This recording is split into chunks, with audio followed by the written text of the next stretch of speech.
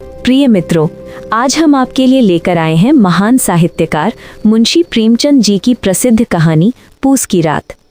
चलिए बिना देर किए कहानी शुरू करते हैं। पूस की रात।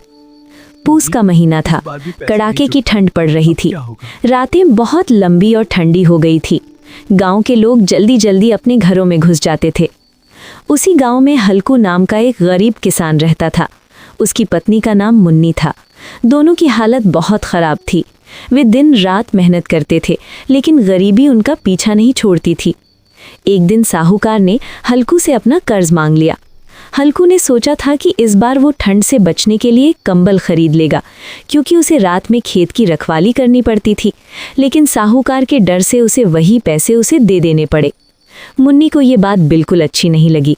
उसने हल्कू से कहा कि अगर कंबल नहीं होगा तो वो इतनी ठंड में कैसे रहेगा।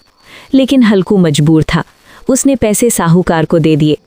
रात को हल्कू अपने खेत की रखवाली करने चला गया। उसके साथ उसका वफादार कुत्ता जबरा भी था। खेत में चारों तरफ सन्नाटा था और ठंडी हवा चल रही थी। हल्कू ने जमीन पर पत्ते बिछाकर बैठने की कोशिश की, लेकिन ठंड इतनी ज़्यादा थी कि उसका शरीर कांपने लगा। ठंड से बचने के लिए उसने सूखे पत्ते और टहनियाँ इकट्ठी की और छोटी सी आग जला ली। कुछ देर तक आग के पास बैठकर उसे थोड़ा आराम मिला। उसका कुत्ता जबरा भी आग के पास आकर बैठ गया।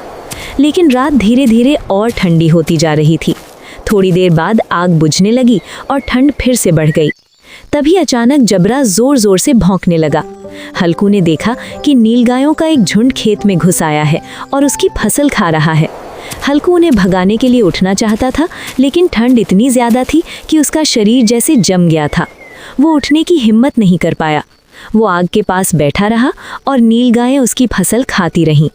सुबह जब सूरज निकला तो हल्कू ने देखा कि उसकी पूरी फसल बर्बाद हो चुकी थी।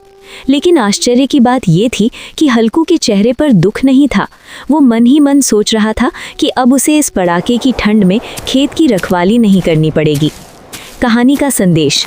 ये कहानी बताती है कि गरीबी इंसान को ऐसी स्थिति में पहुंचा देती है जहां कभी-कभी नुकसान भी राहत जैसा लगने लगता है।